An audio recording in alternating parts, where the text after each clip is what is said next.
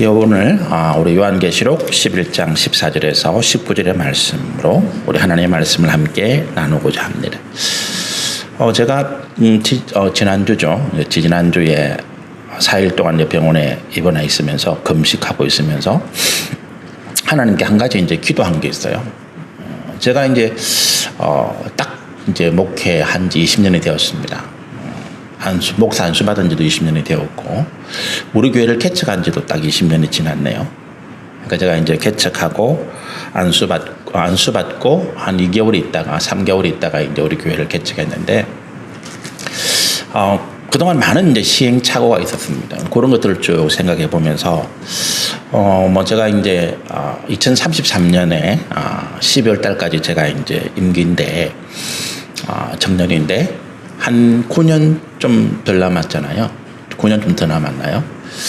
그래서 앞으로 남은 목회를 어떻게 할까, 제 지나온 거를 뒤돌아보면서 그런 생각을 했는데, 많은 시행착오가 있었고, 또 제 의욕이 너무 앞서다 보니까 또 무리할 때도 있었고, 여러 가지 힘들고 어려운 일들을 겪어나가기도 했고, 그렇게 하면서 제가 교회 부흥에 대한 생각을 좀 내려놓았다, 그렇게 말씀을 드렸잖아요.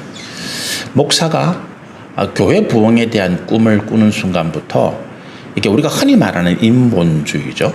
인본주의라는 게 뭐냐 하면 하나님의 생각을 앞서간다라고 하는, 하나님의 계획, 하나님께서 저에게 주신 어떤 계획과 사명보다 제가 이 땅에서 뭔가 하려고 하는 일들이 좀 앞서가다 보니까 무리하게 되고 욕심도 부리고 이런 일들이 생기는 거죠. 그걸 우리가 흔히 보통 인본주의라고 표현을 해요.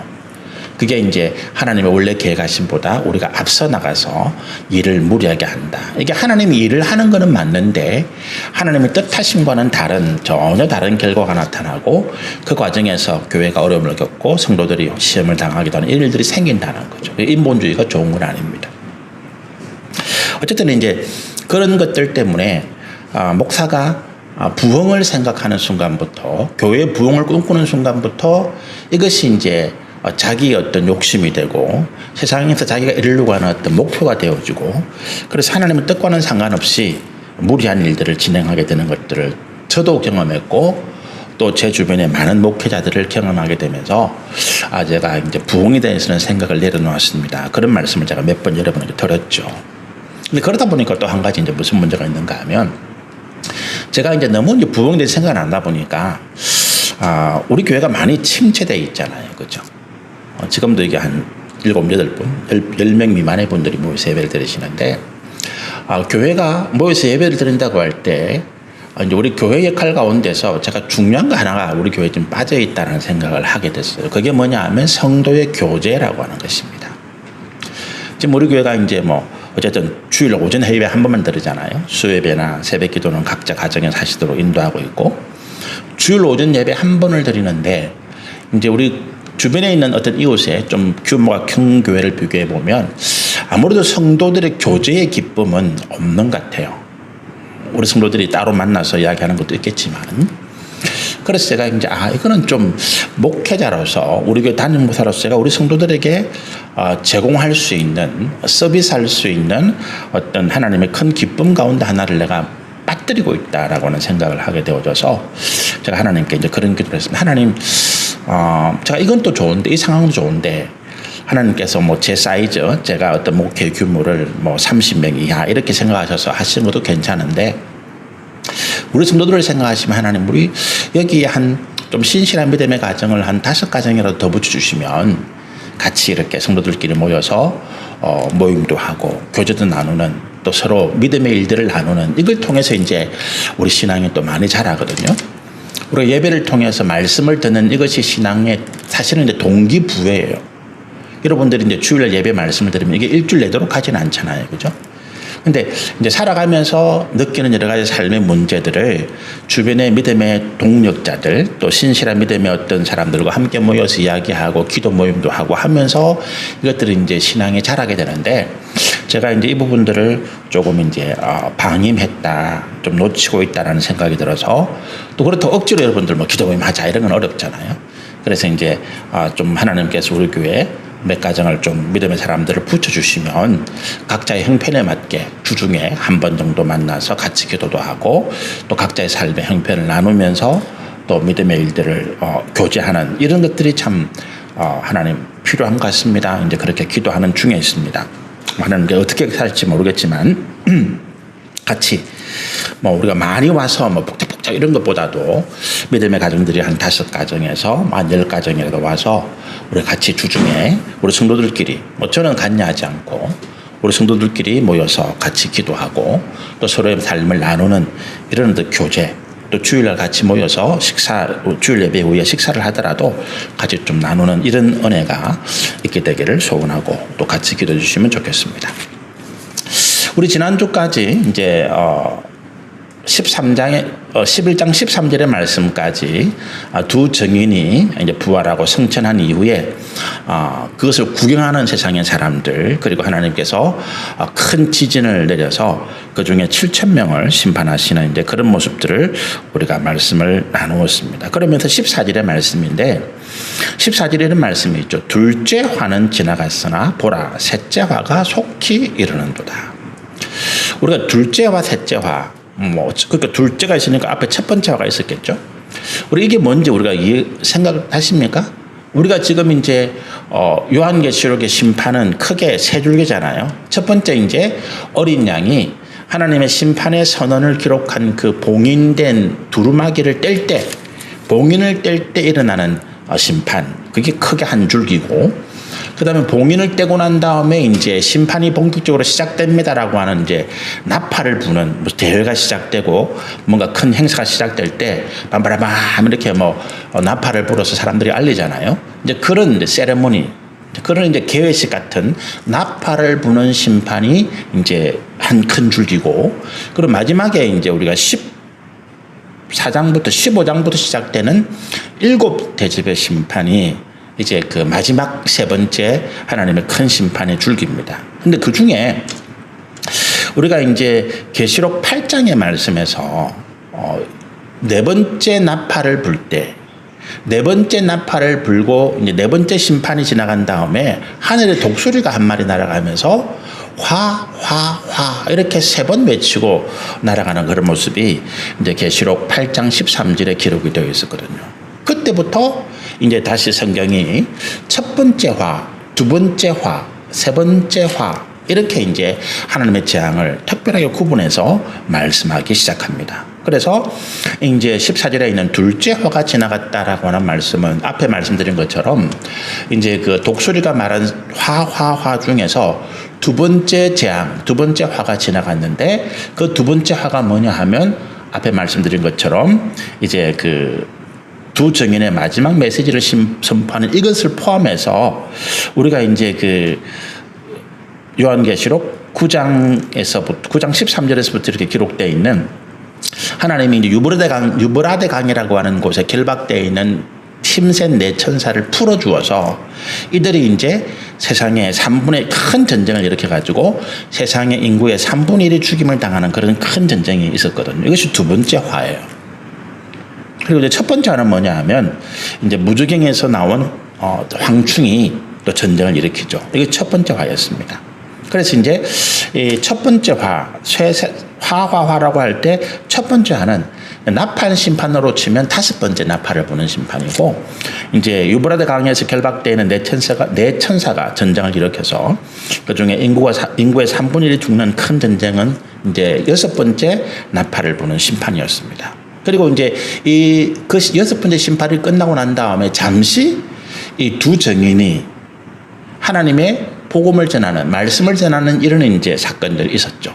이게 뭐냐 하면 하나님께서 이 땅을 향한 마지막 구원의 기회를 주시는 일이 이제 이 일이에요. 이제 이 세 번째 화, 7번째 나팔이죠. 7번째 나팔을 불게 되면 더 이상 이 땅에는 이제 구원의 기회가 없다라고 하는 것입니다. 우리 지난주에 제가 말씀드린 것처럼 이 땅에 하나님 말씀이 사라지고 이 땅에 교회가 없어질 때가 있다는 거예요. 그럴 때는 언제냐?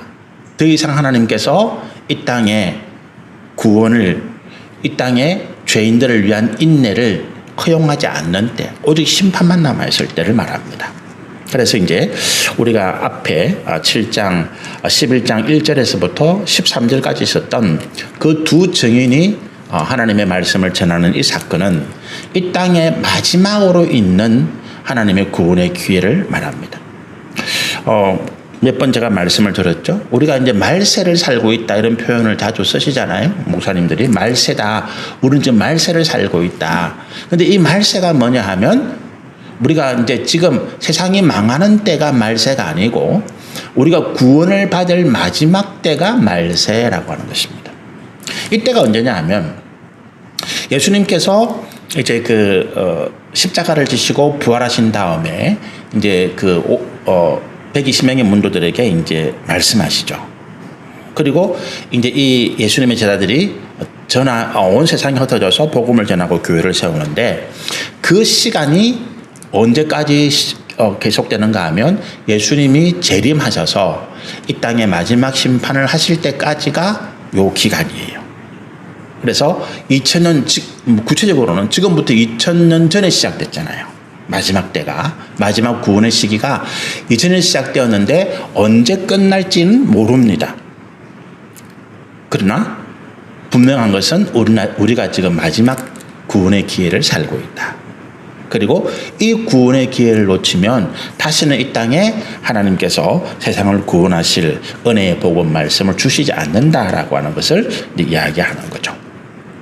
그래서 둘째 화가 지나갔으니 보라 셋째 화가 속히 이르는도다 이 말씀이 그 이야기입니다.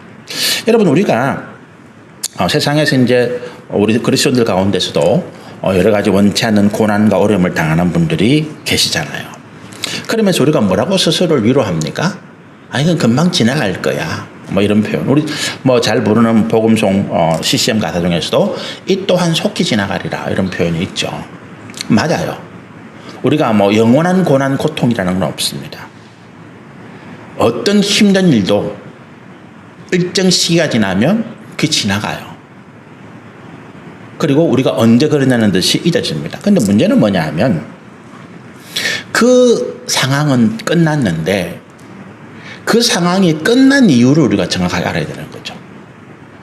그냥 내가 무조건 시간만 지나가기를 인내하고 참고 있었기 때문에 지나갔느냐? 그건 아니에요. 우리를 긍휼하게 계시는 하나님의 은혜다라고 하는 거죠. 욥도 마찬가지거든요. 욥이 계속 고난을 당한다. 어떻게 사람이 그걸 견디겠어요? 그 고난이 너무 심하니까 욥이 스스로 죽기를 바랐거든요. 자기 생명을 스스로 끊을 수는 없고 욥이 고백하기를 하나님 차라리 나를 죽여주세요 이런 이야기를 욥이 해요. 너무 고난이 힘드니까. 그러니까 하나님께서 우리가 당하는 고난, 우리가 범죄함으로 인해서 아니면 또는 다른 하나님의 어려운 뜻 때문에 고난을 당할 때 하나님께서 그 고난의 때를 짧게 하셔서 우리가 그것을 지나가게 하실 때는 하나님의 은혜, 긍휼하심 때문이지 우리가 그것을 끝까지 견디고 참았기 때문은 아니다라고 하는 것입니다. 그건 무슨 말이냐? 그 다음에 우리가 우리의 죄악을 회개하지 못하고 고난 가운데 있는 하나님의 뜻을 우리가 분별하지 못하면 다시 이전보다 더 큰 고난과 환난이 우리 삶을 덮치게 되더라라고 하는 거죠. 파도가 끊임없이 밀려오거든요. 파도 하나가 큰 파도가 지나갔다 해서 이제 바다가 잔잔해지겠구나. 천만의 말씀이잖아요. 그보다 더 큰 파도가 또 계속 우리 삶을 덮친다는 거예요. 그래서 우리 삶의 정말로 평안은 뭐냐 하면 우리가 이 고난을, 이 시기가 지나가기를 무조건 견디고 참다 보면 지나갈 거야 이 생각이 아니라 우리 삶을 돌이켜보면서 우리가 하나님의 뜻 가운데서 어긋난 것이 무엇인지를 되돌아보고 우리가 하나님 앞에서 믿음으로 온전히 회복하는 것이 우리가 이 고난을 온전히 면하고 주시는 평안을 우리가 누리게 되는 복이다라고 하는 거죠. 그게 이제 14절의 말씀에 의미가 있어요. 둘째 화는 지나갔는데 그거로 끝이 아니라는 거예요. 금방 속히 세 번째 화가 이를 것이다. 이 말씀에 이제 그런 의미가 있다는 거죠. 15절에 이제 세 번째 화를 이야기합니다. 일곱째 천사가 나팔을 불매. 이제 이 일곱째 천사가 나팔을 부는 것이 마지막 나팔의 심판이잖아요. 그런데 이제 우리가 앞에 이제 일곱째 봉인도 마찬가지고 일곱째 나팔도 마찬가지고 그것이 자체적인 어떤 심판이 아니라 다음 심판으로 연결되는 과정이다 말씀드렸죠. 일곱째 봉인을 떼는 심판도 첫 번째 나팔을 부는 심판과 연결되어졌고, 이제 이 일곱째 나팔을 부는 것도 이제 첫 번째 진노의 대접을 쏟아부는 심판으로 연결되어져요. 그런데 이 연결 과정에서 하나님이 잠시 우리 가운데 앞으로 또 어떤 일이 생길 것이냐라고 하는 것을 이제 이 15절 이하의 말씀에서 우리 가운데 하나님 은혜를 주십니다. 이 마지막 때에는 도대체 어떤 일이 일어날까라고 하는 것들을 이제 구체적으로 말씀해 주시는 거죠.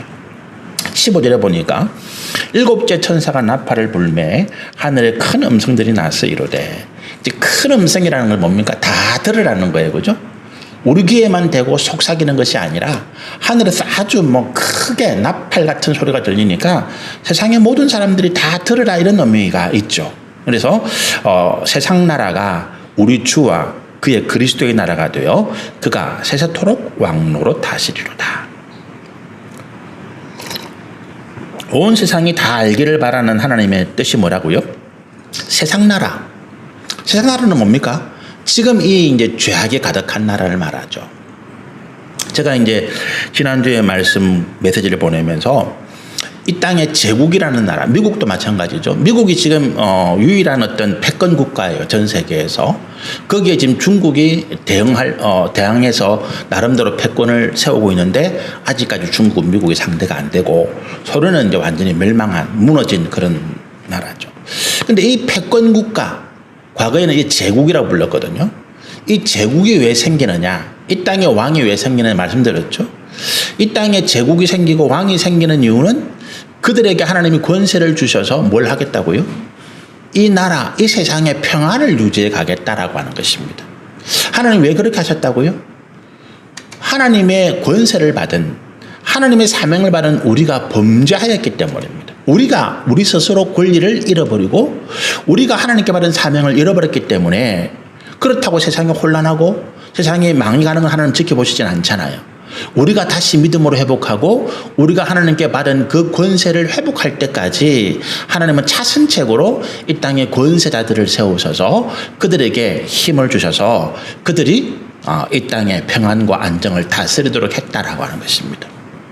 역사적으로 보면 로마라고 하는 나라가 세상을 지배하고 있을 때 약 200년간 그 로마의 힘에 의해서 그 로마가 다스림 받던 나라는 평화가 있었다는 거예요. 전쟁이 없었고 큰 기근도 없었고, 로마가 그렇게 수탈하고 이런 나라도 아니었고 각 지역마다 자치권을 주어서 살아가게 했죠. 그래서 팍스 로마나, 역사학자들이 그 200년 동안 로마가 다스리던 세상에 평화가 온 것을 팍스 로마나라고 이야기합니다. 미국이 패권을 잡고 있습니다. 미국이 언제부터 패권을 잡았다고요? 2차 세계대전 때. 그리고 지금 한 1945년도에 2차 세계대전이 끝났으니까 지금 한 100년 가까이 지났죠? 100년 아니네? 그것도 100년 가까이 돼가지고 80년 됐나요? 80년까지 아직 전 세계에 큰 전쟁은 없더라.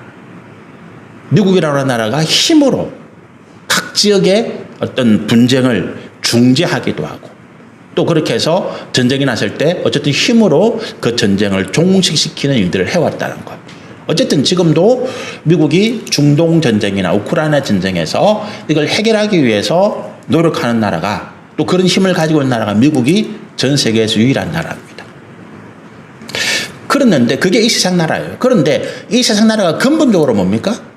정욕과 탐심을 가지고 있는, 우상을 섬기는, 그래서 공중 권세를 잡고 있는 사단에 속할 수밖에 없다는 거예요. 인간의 욕심 때문에, 죄악 때문에.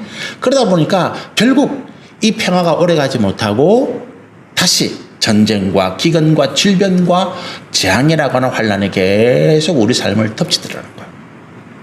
그랬는데 15절에 보니까 이제 세상 나라가 우리 주와 그의 그리스도의 나라가 되었다. 이게 뭐냐 하면, 우리가 요한계시록 20장에 있는 예수님께서 이 땅을 재림하실 때에 모든 죄악을 멸하시고 1000년 동안 이 땅에 세우시는 천년 왕국을 이야기합니다. 이 천년 왕국은 되돌아보면 우리가 창세기 2장, 3장에 기록되어 있는 에덴 동산의 회복이에요. 그곳에서 누가 왕노릇합니까? 그곳에서 에덴 동산에서 하나님으로부터 그 세상을 다스릴 수 있는 권세와 능력을 받은 자가 누구였습니까? 아담, 하나님의 사람이었다는 거죠. 우리가 범죄하여서 잃어버렸던 이 땅을 다스리는 권세와 능력을 다시 회복하여져서 이 땅에 1000년 동안 영원히 하나님의 나라를 회복해가는 일들을 이 천사가 이야기하는 거예요. 우리 주와 그의 그리스도의 나라. 우리 주는 하나님이죠. 그리고 그리스도는 하나님의 그리스도, 하나님께서 보내신 구원자. 나라가 되어져서 그가 누굽니까? 하나님이십니다. 또는 이 그에는 직접적인 하나님의 통치를 말하는 것이 아니라 하나님께서 구원하신, 그래서 하나님께서 다시 권세와 능력을 주신 하나님의 백성들, 우리를 말합니다. 하나님의 백성들이 세세토록 그 나라에서 왕노릇할 것이다. 이게 이 땅의 마지막 모습이다라고 하는 것입니다. 재앙과 환란, 지진과 기근, 하나님께서 이 모든 세상을 멸망시킬 것 같은 그런 재앙을 주셨는데 그 끝에는 세상의 평안이라는 거예요. 화평이라는 거예요. 그러므로 제가 지난주에 이제 말씀 가운데 우리 메시지 가운데 같이 나누신 것처럼 하나님의 이 땅을 향한 심판은 이 땅의 죄악들을 정결하게 하시는 하나님의 역사다. 이 땅에 온갖 더러운 것들이 가득할 때에 하나님께서 그걸 깨끗하게 노아 시대는 물로 씻어내셨고 마지막 때에는 불로 태우시는 그런 정결함을 통해서 정결하고 거룩해진 이 땅에 하나님의 백성들, 하나님의 나라를 다시 세우시는 것을 15절이 말씀하고 있습니다. 16절에 이렇게 이야기합니다. 하나님 앞에서 자기 보좌에 앉아있던 24장로, 24장로가 이제 이 모든 것을 다 보고 있죠. 24장로는 누구라고요? 이스라엘 12지파 또는 예수님의 12제자가 아니고 24장로는 숫자적으로 제한되어 있는 사람이 아니라 신구약 시대를 막론해서 하나님의 믿음으로 끝까지 이긴 자들이 이게 포함된다라고 말씀드렸잖아요. 그죠? 근데 이제 24시라고 이야기하는 것은 뭔가 좀 우리 가운데 말씀하실 때는 뭔가 좀 구체적이고 또 뭔가 좀 형식적인 것을 나타내기 위해서 신약을 대표하는 12명 그리고 구약을 대표하는 12명 이렇게 해서 24장로다 이렇게 말씀하시는데 이 숫자는 제한된 것이 아니다. 우리도 예수님께서 말씀하시잖아요. 제자들에게 예수님이 예루살렘 성에 들어가실 때 예수님의 그 제자 가운데 요한과 야고보가 이런 이야기예요. 예수님, 이제 예수님 예루살렘 성에 들어가시면 왕이 될 텐데 왕의 좌우편에 우리 둘을 앉혀주세요. 이런 이야기 하죠. 그 제자들이 막 반발합니다. 다른 제자들이. 그때 예수님 뭐라고 말씀하십니까? 그래, 하나님께서 내 좌편과 우편에 앉을 자리를 예배해 두셨다. 제자들이 말씀하신 거예요. 그러나 그거는 누구처럼 그런 게 아니고 누구든지 형제를 섬기는 자, 누구든지 하나님의 말씀대로 믿음으로 행하는 자들은 그 자리에 앉는다라고 하는 거예요. 제한된 게 아니죠. 24명으로 제한된 게 아니고 몇십만 명이든 몇백만 명이든 그 자리에 우리가 앉게 될 것입니다. 그런데 이 24장로들이 엎드려 얼굴을 땅에 두고 하나님께 경배합니다. 왜 경배합니까? 자기들의 모든 원한을 다 풀어주셨고 자기들의 모든 소원과 소망을 다 이루어주신 거잖아요. 그러니까 참 감사한 경배죠. 그럼 17절에 이렇게 이야기합니다. 이르되 감사하옵나니 옛적에도 계셨고 지금도 계신 주 하나님 곧 전능하신 이여 친히 큰 권능을 잡으시고 왕노릇 하시도다. 18절입니다. 이방들이 분노하며 주의 진노가 내려 죽은 자들을 심판하시며 종 선지자들과 성도들과 또 작은 자든지 큰 자든지 주의 이름을 경외하는 자들에게 상 주시며 또 땅을 망하게 하는 자들을 멸망시킬 대로 소이다 하더라. 이 24장로가 이런 이야기예요. 지금 때는 이제 이 일곱 나팔을 부는 때, 그리고 일곱 나팔을 불면서 시작되는 마지막 진노의 일곱 대접을 부으시는 이 심판의 때는 뭐냐? 또 누가 하시냐? 이런 어떤 심판의 주체, 그리고 이제 심판의 성격을 17절과 18절에 이야기합니다. 17절에는 이 마지막 심판을 누가 하시느냐라는 걸 이제 이 장로들이 고백해요. 17절에 보니까 옛적에도 계셨고 지금도 계신 주 하나님 이렇게 표현하죠. 옛적에도 계시고 지금도 계신다고 하는 표현은 영원하시다라고 하는 표현도 되겠지만 여기는 옛적에도 계셨다라고 하는 표현은 옛날에 우리 선지자들을 통해서 하나님의 종들을 통해서 우리 가운데 말씀하셨던 그 하나님이 우리 가운데 처음 구원의 은혜를 말씀하셨던 그 하나님. 창세기 3장에서 범죄한 아담에게 하나님께서 하나님의 구원하심의 계획을 말씀하시잖아요. 여자의 후손이 뱀의 머리를 상하게 할 것이다. 그게 원시복음. 근원 원자, 어떤 원자, 그리고 이제 시작할 때를 서서 그 여자의 후손이 뱀의 머리를 상하게 할 것이다라고 하는 이 말씀, 창세기 3장 15절의 말씀인데 이 말씀이 복음의 시작, 복음의 근원되는 말씀이라는 거예요. 그 말씀을 하신 분이 이제 마지막 그 말씀을 이루시더라는 거예요.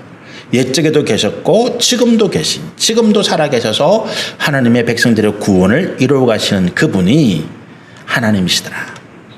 그리고 그분이 전능하시더라. 그리고 친히 그분이 권능을 가지시고 왕노릇 하시더라. 이 천년왕국, 이 마지막 심판은 하나님께서 누구에게 대신시키는 것이 아니고 직접 하나님께서 행하시더라 라고 하는 것을 말합니다. 우리가 법으로 치면 재판이 이제 우리나라에 3심제잖아요. 이제 1심 재판이 있고 2심 재판이 있고 여기에 불복하면 마지막 3심 대법원에서 판결을 받을 수, 이게 마지막이죠, 사실은. 그러니까 하나님께서 직접 심판하시겠다? 이제 이것은 더 이상 다른 심판이 없다라고 하는 것을 말합니다. 마지막이고 최종적인 심판을 하나님께서 하신다라고 하는 것을 17절에 이야기하고 계시고, 그리고 이제 이 심판의 성격이 뭐냐? 18절인데 이방들이 분노하매, 이 이방들은 누구예요? 이 땅에 이제 하나님을 대적하는 자들이죠. 아까 말씀드린 것처럼 권세를 가지고 이 땅에 하나님께서 세상의 평안과 또 세상의 화평을 위해서 권세를 쓰라고 하는 자들이 오히려 자기의 정욕과 탐심을 가지고 살다가 하나님을 대적하는 이런 모습이죠. 그들이 주의 진노가 내려 죽은 자를 심판하시더라. 이 땅에 권세를 잡은 자들, 이방의 왕들이, 이방들이 분노하니까, 대적하니까 하나님께서 심판을 내려서 다 멸망했잖아요. 그런데 그들을 다시 심판하더라 하시는 것입니다. 이게 무슨 말인가 하면, 우리가 이제 좀 이따가 제가 이제 죽은 다음에 어떻게 될 것이냐라고 말씀을 드릴 텐데, 우리가 죄인들이 하나님 믿지 않는 자들이 죽으면 일단 그 영은 음부라는 곳에 들어가요. 뒤에 좀 먼저 말씀을 드릴까요? 뒤에 한번 좀 내려가 보세요. 그 뒤에. 이게 제가 이제, 우리가 죽은 다음에, 뒤에 좀 글씨가 보이십니까? 좀 작은. 이제, 죽은 다음에 어떻게 되느냐 하는 거예요. 이제 이게 반으로 나눠가지고, 위쪽에는 이제 믿는 사람들이 어떻게 될 것이냐. 그 다음에 밑에는 안 믿는 사람, 불신자라고 되어 있죠. 이게 이제 제가 성경을 공부하고, 또 하나님의 말씀을 이제 보고 또 받은 은혜를 가지고 이제 정리한 거예요. 성경이 나와 있는 내용들입니다. 이제 첫 번째 사망이라는 게 있어요. 첫 번째 사망이라는 게 제일 왼쪽에 표시되어 있잖아요. 이게 이제 우리가 일반적으로 말하는 육신적인 죽음을 이야기합니다. 첫 번째 사망인데, 그 다음에 이제 두 번째 사망이라고 되어 있죠.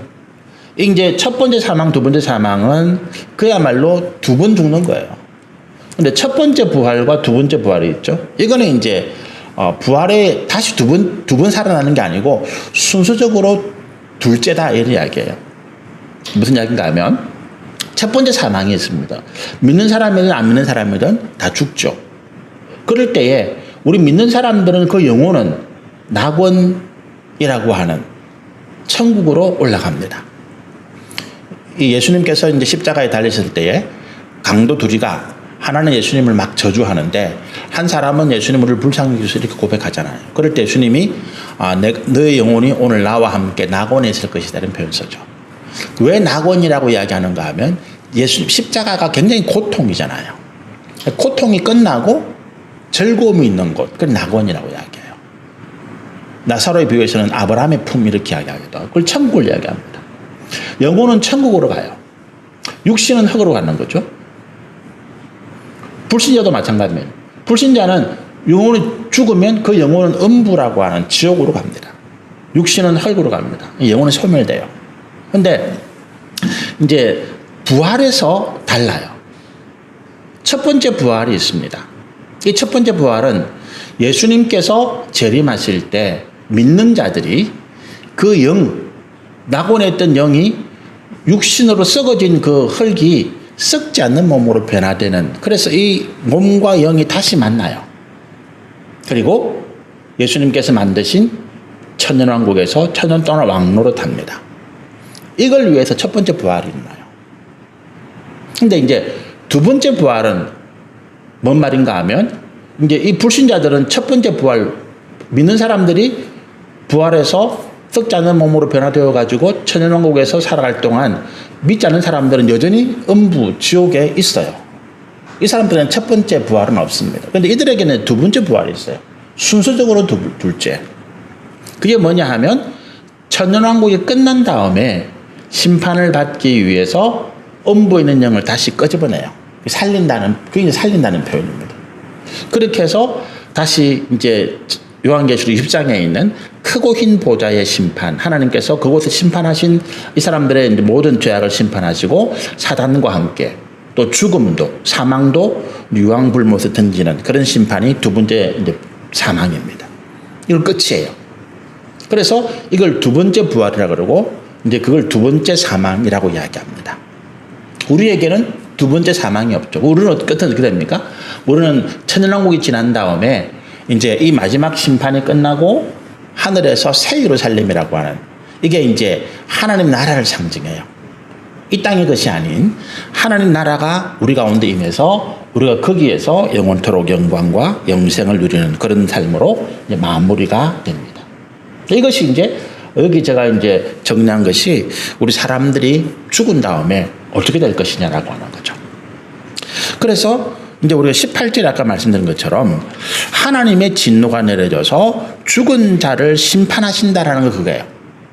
이미 죽은 자라 할지라도 성경에 보면 바다가 그 죽은 자를 도로 토해내고, 바다에 빠져 죽은 사람은 바다에서 다시 나오고, 땅에 묻힌 사람은 그 땅에서 다시 영이 그 음부에서 나오고, 이런 표현이죠. 근데 그래서 이제 그 영혼들이 다시 하나님 앞에 나와서 영원한 사단과 이제 그런 죽음까지도 사망까지도 이제 심판받게 되는, 그것이 이제 죽은 자를 심판하신다라고 하는 표현입니다. 그리고 18절에 보면 종 선지자들과 성도들과 또 작은 자든지 큰 자든지 주의 이름을 경외하는 자를 상 주신다. 아까 말씀드린 것처럼 천년왕국이 끝난 다음에 새 예루살렘 성, 하늘에서 내려오는 하나님 나라에서 우리 영원한 상급을 받는 것을 이제 말씀하고 있는 것이죠. 그리고 마지막 18절의 마지막 이런 말씀합니다. 또 땅을 망하게 하는 자들을 멸망시킬 때, 땅을 망하게 하는 자들, 이제 근원적인 죄악을 가져오는 자들, 사단이잖아요. 그래서 이제 요한계시록에 보면 이 마지막 심판 때, 유황불못에 던지는 심판 때 사단까지도 이제 하나님 앞에 심판받아서 그가 불못으로 던져지는 이런 심판이 있더라는 거죠. 그래서 이 17절과 18절은 이 이제 일곱 번째 나팔을 부는 이 순간부터는 이 땅에 더 이상 은혜는 없고, 하나님께서 그 믿음의 공로에 따라서 또 이 땅에 하나님 믿지 않는 그 죄악에 따라서 마지막 심판과 상급만이 남아있다, 이런 말씀을 합니다. 19절의 말씀이 이제 마지막에 한번 보실까요? 이에 하늘에 있는 하나님의 성전이 열리니, 뭐 때문에요? 보여주겠다는 거예요. 갑자기 하늘이 쫙 열리면서 하늘에 있는 하나님의 성전이 열렸다. 거기에 뭐가 있더라고요? 그 안에 하나님의 언약궤가 보이더라. 언약궤가 뭘까요? 언약궤는 이제 그 예루살렘 성전 안에 있던 법궤죠. 하나님의 말씀, 하나님께서 모세에게 주신 십계명 돌판 2개를 담은 이제 황금으로, 나무로 짜고 그걸 황금으로 씌워가지고 만든 이제 상자인데, 이걸 그 안에 하나님의 말씀, 법이 들어있다 그래서 법궤 그렇게 이야기해요. 근데 또 하나님의 언약의 말씀을 해서 언약궤 이렇게 이야기하기도 하고, 근데 언약궤가 지금 하나님 나라에 있다는 거예요. 땅에 있지 않고. 언약궤는 뭘 상징한다고요? 하나님의 말씀을 상징하는. 하나님 말씀이 땅에 없다는 것은 아까 말씀드린 것처럼 더 이상 이 땅에 하나님의 구원의 말씀이 없어졌다라고 하는 것을 말합니다. 하나님께서 땅의 모든 말씀, 교회, 주의 성도들, 하나님의 종들을 다 거두어 가신 거죠. 그걸 표현하고 있습니다. 그러면서 뭐가 또 보인다고요? 번개와 음성들과 우레와 지진과 큰 누박이 보이더라. 하나님께서 이 땅을 심판하실 심판의 도구들만 보이고 있더라. 이것들이 이제 땅으로 쏟아지게 되는 이제 그런 모습을 말하고 있습니다. 여기까지가 이제 우리 11장의 말씀이고, 이어지는 12장부터의 말씀은 이게 약간 이제 조금 다른 각도에서 하나님께서 이 땅을 구원하실 때에 어떤 모습, 어떤 계획을 가지시고 이 땅에 어떤 일들이 있었는가라고 하는 것들을 좀 영적인 비유로 말씀하는 것이 12장, 13장이에요. 다른 사건은 아니고 이제 하나님께서 이 땅을 구원하실 때에 이 영적인 전쟁이 어떻게 일어났고 또 그것이 어떤 결말을 가져오는가라고 하는 것들을 보여주십니다. 흔히 말하는 영적 전쟁이 이제 12장, 13장의 말씀입니다. 우리 다음 주에 계속해서 이 말씀들을 나누시면서 하나님께서 마지막 때에 우리를 구원하시는, 또 우리 가운데 놀라운 은혜와 복을 주시고 영광과 상급을 주시는 이런 일들이 어떻게 진행되어 가는지 우리가 말씀을 통해서 깨닫고 또 믿음으로 온전히 일어서는 주의 은혜가 있게 되시기를 소원합니다. 같이 한번 기도하겠습니다. 할렐루야. 하나님.